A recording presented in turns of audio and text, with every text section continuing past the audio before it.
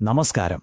പാലക്കാട് ഒരു ഉപതെരഞ്ഞെടുപ്പ് കഴിഞ്ഞു. പക്ഷെ അതിന്റെ അലയൊലികൾ ഇപ്പോഴും മാറിയിട്ടില്ല. എല്ലാവരെയും ശരിക്കും ഞെട്ടിച്ചൊരു ഫലം. എന്തായിരിക്കാം ഇതിനു പിന്നിലെ കാരണം? എങ്ങനെയാണ് ഇത്രയും വലിയൊരു ജനവിധി രൂപപ്പെട്ടത്? നമുക്ക് ഒരുമിച്ച് ഇതിന്റെ ഉള്ളറകളിലേക്കൊന്ന് നോക്കാം. ആദ്യം തന്നെ നമുക്ക് പാലക്കാടിനെ ഒന്ന് മനസ്സിലാക്കാൻ ശ്രമിക്കാം. കേരളത്തിന്റെ നെല്ലറ എന്നൊക്കെ നമ്മൾ പറയും, അല്ലേ?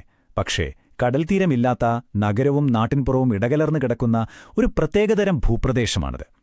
ഈ ഒരു ഘടന അവിടുത്തെ രാഷ്ട്രീയത്തെ എങ്ങനെയാണ് സ്വാധീനിക്കുന്നത്? അതാണ് നമ്മൾ ആദ്യം നോക്കുന്നത്. ഈയൊരു വിശകലനത്തിൽ നമ്മൾ പ്രധാനമായും 5 കാര്യങ്ങളിലൂടെയാണ് കടന്നുപോകുന്നത്. ആദ്യം തന്നെ ഈ തെരഞ്ഞെടുപ്പ് എന്തുകൊണ്ടാണത്ര വലിയൊരു ചർച്ചയായതെന്ന് നോക്കും. പിന്നെ കഴിഞ്ഞ 10 വർഷത്തെ മാറ്റങ്ങൾ, സാധാരണക്കാരുടെ പ്രശ്നങ്ങൾ, പാർട്ടികളുടെ തന്ത്രങ്ങൾ, അവസാനം ഈ ജനവിധി മുന്നോട്ട് വയ്ക്കുന്ന ഭരണപരമായ കാര്യങ്ങൾ. അപ്പോൾ നമുക്ക് തുടങ്ങാം. അപ്പോൾ നമ്മുടെ ആദ്യത്തെ ഭാഗത്തേക്ക്, പാലക്കാടിന്റെ രാഷ്ട്രീയ സമവാക്യം. എന്തുകൊണ്ടാണ് ഈ ഫലം ഇത്രയും അപ്രതീക്ഷിതമായി മാറിയത്? ആ ചോദ്യത്തിനുള്ള ഉത്തരം തേടുകയാണ് നമ്മളിവിടെ. ഈ ഒരു നമ്പർ നിങ്ങൾ ഓർത്തുവെക്കണം. 18,840. ഇതാണ് 2024 ഉപതെരഞ്ഞെടുപ്പിൽ UDF സ്ഥാനാർത്ഥി രാഹുൽ മാങ്കൂട്ടത്തിന് കിട്ടിയ ഭൂരിപക്ഷം. ഇതൊരു വെറും ഭൂരിപക്ഷമല്ല. ശരിക്കും പറഞ്ഞാൽ ഒരു രാഷ്ട്രീയ കൊടുങ്കാറ്റ് തന്നെയായിരുന്നു അത്. അതെ, ഞാൻ പറഞ്ഞു വന്നത് വെറും ഒരു വിജയത്തെക്കുറിച്ചല്ല. പാലക്കാടിന്റെ തെരഞ്ഞെടുപ്പ് ചരിത്രത്തിൽ ഇന്നേവരെ കണ്ടിട്ടുള്ളതിൽ വെച്ച് ഏറ്റവും വലിയ ഭൂരിപക്ഷമാണിത്. ഈയൊരു കണക്ക് മാത്രം മതി ഈ ജനവിധി എത്രത്തോളം വലുതാണെന്ന് മനസ്സിലാക്കാൻ. ഇത് ശരിക്കും മണ്ഡലത്തിന്റെ രാഷ്ട്രീയ ഭൂപടം തന്നെ മാറ്റിവരച്ചു എന്ന് പറയാം. പക്ഷേ ഇങ്ങനൊരു മാറ്റം ഒറ്റ രാത്രി കൊണ്ടുണ്ടായതല്ല, അല്ലേ? ഇതിന്റെ കാരണങ്ങൾ തേടി നമ്മൾ കുറച്ചൊന്ന് പിന്നോട്ടു പോകേണ്ടി വരും. കഴിഞ്ഞൊരു 10 വർഷത്തെ വോട്ടിംഗ് രീതികൾ എടുത്തു നോക്കിയാൽ മാത്രമേ 2024 സംഭവിച്ചതിന്റെ യഥാർത്ഥ ചിത്രം നമുക്ക് കിട്ടൂ. ഈ ടൈം ലൈൻ ഒന്ന് നോക്കൂ. 2011-ലും 2016-ലും UDF ആണ് ജയിച്ചത്. പക്ഷെ അവരുടെ ഭൂരിപക്ഷം കുറഞ്ഞു വരികയായിരുന്നു. എന്നാൽ 2021-ലെത്തിയപ്പോഴോ BJP ഒരു വൻ മുന്നേറ്റം നടത്തി UDF-നെ മറികടന്ന് രണ്ടാമതെത്തി. അപ്പോൾ അങ്ങനെയൊരു സാഹചര്യത്തിൽ നിന്നുകൊണ്ടാണ് 2024-ലെ UDF ഇത്രയും വലിയൊരു റെക്കോർഡ് വിജയം നേടുന്നത്. വോട്ടർമാരുടെ ചിന്താഗതിയിൽ എന്തോ വലിയൊരു മാറ്റം സംഭവിച്ചിരിക്കുന്നു എന്ന് വ്യക്തം. ഈ ചാർട്ട് ആ മാറ്റം കുറച്ചുകൂടി വ്യക്തമാക്കും. 2011 തൊട്ട് 2021 വരെയുള്ള 10 വർഷം നോക്കിയാൽ UDF-ന്റെ വോട്ട് ഷെയർ കുറച്ചൊന്ന് കുറഞ്ഞു.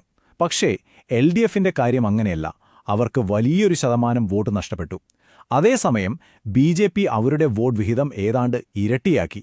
അപ്പോൾ ഈ ഉപതെരഞ്ഞെടുപ്പിന് തൊട്ടുമുമ്പ് മണ്ഡലത്തിലെ രാഷ്ട്രീയം എത്രത്തോളം സങ്കീർണമായിരുന്നു എന്ന് ഇതിൽ നിന്ന് മനസ്സിലാക്കാം. ഒരു മാറ്റത്തിനുള്ള എല്ലാ സാഹചര്യവും അവിടെ ഒരുങ്ങിയിരുന്നു. ഇതുവരെ നമ്മൾ സംസാരിച്ചത് മുഴുവൻ കണക്കുകളെക്കുറിച്ചാണ്. പക്ഷെ ഓരോ വോട്ടിനു പിന്നിലും ഒരു മനുഷ്യനുണ്ട്. അവർക്ക് പറയാൻ അവരുടേതായ പ്രശ്നങ്ങളുണ്ട്. എന്തുകൊണ്ടാണ് പാലക്കാട്ടെ ജനങ്ങൾ ഇങ്ങനെയൊരു തീരുമാനമെടുത്തത്? നമുക്ക് ആ ശബ്ദങ്ങളിലേക്ക് ഒന്ന് ചെവി കൊടുക്കാം. ഈ കണക്ക് ശരിക്കും ഞെട്ടിക്കുന്നതാണ്. 42.3%. കേരളത്തിൽ ഗ്രാമീണ മേഖലയിൽ ഏറ്റവും കൂടുതൽ പിന്നോക്കാവസ്ഥ അനുഭവിക്കുന്ന ജനങ്ങളുള്ളത് പാലക്കാടാണ്. അതായത് അവിടുത്തെ 10-ൽ 4 ഗ്രാമീണ കുടുംബങ്ങൾക്കും നല്ല കുടിവെള്ളമോ റോഡോ മറ്റ് അടിസ്ഥാന സൗകര്യങ്ങളോ കിട്ടാനില്ല എന്ന അവസ്ഥ. ഇതൊരു ചെറിയ കാര്യമല്ല, വലിയൊരു സാമൂഹിക യാഥാർത്ഥ്യമാണ്. അപ്പോൾ എന്തൊക്കെയായിരുന്നു ജനങ്ങളെ അലട്ടിയ പ്രധാന പ്രശ്നങ്ങൾ? 1. കുടിവെള്ളം കിട്ടാനില്ല. 2. സാധനങ്ങൾക്ക് തീപിടിച്ച വില. 3. ഗൾഫിൽ നിന്നൊക്കെ തിരിച്ചുവന്ന ചെറുപ്പക്കാർക്ക് ജോലിയില്ല. 4.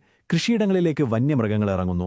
പിന്നെ വർഷങ്ങളായിട്ടും പൂർത്തിയാകാതെ കിടക്കുന്ന റോഡും പാലവും പോലുള്ള വികസന പദ്ധതികൾ. ഈ പ്രശ്നങ്ങളെല്ലാം ഒന്നിച്ചു വന്നപ്പോൾ സ്വാഭാവികമായും ഭരണപക്ഷത്തിനെതിരെ ശക്തമായ ഒരു വികാരം ജനങ്ങൾക്കിടയിലുണ്ടായി. പ്രശ്നങ്ങൾ എല്ലായിടത്തും ഒരുപോലെ അല്ലായിരുന്നു എന്നതും ശ്രദ്ധിക്കണം. പാലക്കാട് ടൗണിലുള്ള ആളുകളെ കൂടുതൽ ബുദ്ധിമുട്ടിച്ചത് എന്താ? ജില്ലാ ആശുപത്രിയിലെ തിരക്കും സൗകര്യക്കുറവും, ടൗണിലെ ഗതാഗതക്കുരുക്ക്, പിന്നെ മഴ പെയ്താൽ ഓടയൊക്കെ നിറഞ്ഞ് റോഡിലേക്ക് വെള്ളം കയറുന്നത്. ഇങ്ങനെയുള്ള ദൈനംദിന പ്രശ്നങ്ങളായിരുന്നു അവിടെ. എന്നാൽ മാത്തൂർ പോലെയുള്ള ഗ്രാമപ്രദേശങ്ങളിലേക്ക് പോയാലോ? അവിടുത്തെ കഥ വേറെയാണ്. പ്രധാന പ്രശ്നം കൃഷി നശിക്കുന്നതും വന്യമൃഗങ്ങളുടെ ശല്യവുമാണ്. അപ്പോൾ നഗരമെന്നോ ഗ്രാമമെന്നോ വ്യത്യാസമില്ലാതെ എല്ലാവരും അവരവരുടെ ജീവിതത്തെ നേരിട്ട് ബാധിക്കുന്ന പ്രശ്നങ്ങൾക്ക് ഒരു പരിഹാരം ആഗ്രഹിച്ചിരുന്നു. ഇനി നമുക്ക് കളത്തിലേക്ക് വരാം. തിരഞ്ഞെടുപ്പ് പ്രചാരണം ഒരു യുദ്ധം പോലെയാണല്ലോ. ഓരോ പാർട്ടിയും വോട്ടർമാരെ സ്വാധീനിക്കാൻ എന്തെല്ലാം തന്ത്രങ്ങളാണ് ഉപയോഗിച്ചത്? ഇതിനെ നമുക്കൊരു ചതുർമുഖ സിദ്ധാന്തമെന്ന് വിളിക്കാം. അതായത് 4 മുഖങ്ങളുള്ള ഒരു തന്ത്രം. ഈ ടേബിളൊന്ന് നോക്കൂ. BJP സ്വീകരിച്ചത് കുറച്ചുകൂടി അഗ്രസീവായ ആക്രമണോത്സുകമായൊരു രീതിയാണ്. അതിനെ നമുക്ക് ശിവതന്ത്രമെന്ന് പറയാം. ശക്തമായ പ്രചാരണം, കടുത്ത വിമർശനങ്ങൾ. LDF ആകട്ടെ ഞങ്ങൾ സ്ഥിരതയും നിലവിലുള്ള ക്ഷേമ പദ്ധതികളുടെ തുടർച്ചയും ഉറപ്പു നൽകുന്നു എന്ന വിഷ്ണുതന്ത്രമാണ് പയറ്റിയത്. പുതിയ വികസന സ്വപ്നങ്ങളും പദ്ധതികളും മുന്നോട്ട് വയ്ക്കുന്ന ബ്രഹ്മാവ് ശൈലി UDFും BJPയും ഉപയോഗിച്ചു. അതോടൊപ്പം ദുർബല വിഭാഗങ്ങളെ ഞങ്ങൾ സംരക്ഷിക്കുമെന്ന ദുർഗാ ശൈലി LDFും UDFും പ്രയോഗിച്ചു. പക്ഷേ അവസാനം ജനങ്ങളുടെ യഥാർത്ഥ പ്രശ്നങ്ങളോട് ചേർന്നു നിന്ന തന്ത്രം ഏതാണോ അത് വിജയിച്ചു. അപ്പോ നമ്മൾ വിശകലനത്തിന്റെ അവസാന ഘട്ടത്തിലേക്ക് കടക്കുകയാണ്. ഇത്രയും വലിയൊരു ജനവിധി ഒരു സന്ദേശം തരുന്നുണ്ട്. ഇനി വേണ്ടത് പ്രസംഗങ്ങളല്ല, പ്രവൃത്തിയാണ്. ഈ വിശകലനത്തിൽ നിന്ന് ഉരുത്തിരിഞ്ഞുവരുന്ന 3 പ്രധാന നിർദ്ദേശങ്ങൾ ഇവയാണ്. 1. എല്ലാ വീട്ടിലും പൈപ്പിലൂടെ ശുദ്ധമായ കുടിവെള്ളം എത്തിക്കുക. അതിന് ഏറ്റവും വലിയ മുൻഗണന കൊടുക്കണം. 2. വർഷങ്ങളായി മുടങ്ങിക്കിടക്കുന്ന ബൈപ്പാസ് പണി വേഗത്തിൽ തീർക്കണം. തകർന്നു കിടക്കുന്ന റോഡുകൾ നന്നാക്കണം. 3. യുവാക്കൾക്ക് നാട്ടിൽ തന്നെ ജോലി കിട്ടാനായി ഒരു IT ടൂറിസം ഹബ്ബ് തുടങ്ങണം. ഇതൊക്കെയാണ് ജനങ്ങളുടെ അടിസ്ഥാനപരമായ ആവശ്യങ്ങൾ. അപ്പോ നമ്മൾ കണക്കുകൾ കണ്ടു, കാരണങ്ങൾ ചർച്ച ചെയ്തു, ചില പരിഹാരമാർഗങ്ങളും നോക്കി. പക്ഷെ അവസാനം ഒരു വലിയ ചോദ്യം ബാക്കിയുണ്ട്. ഈ ചരിത്ര വിജയം കൊണ്ട് പാലക്കാടിന്റെ പതിറ്റാണ്ടുകൾ പഴക്കമുള്ള പ്രശ്നങ്ങൾക്ക് ഒരു ശാശ്വത പരിഹാരം കാണാൻ സാധിക്കുമോ? അതുതന്നെയാണ് പുതിയ ജനപ്രതിനിധി നേരിടാൻ പോകുന്ന ഏറ്റവും വലിയ വെല്ലുവിളി. അതിന്റെ ഉത്തരം നമുക്ക് കാലത്തിന് വിട്ടുകൊടുക്കാം. നന്ദി.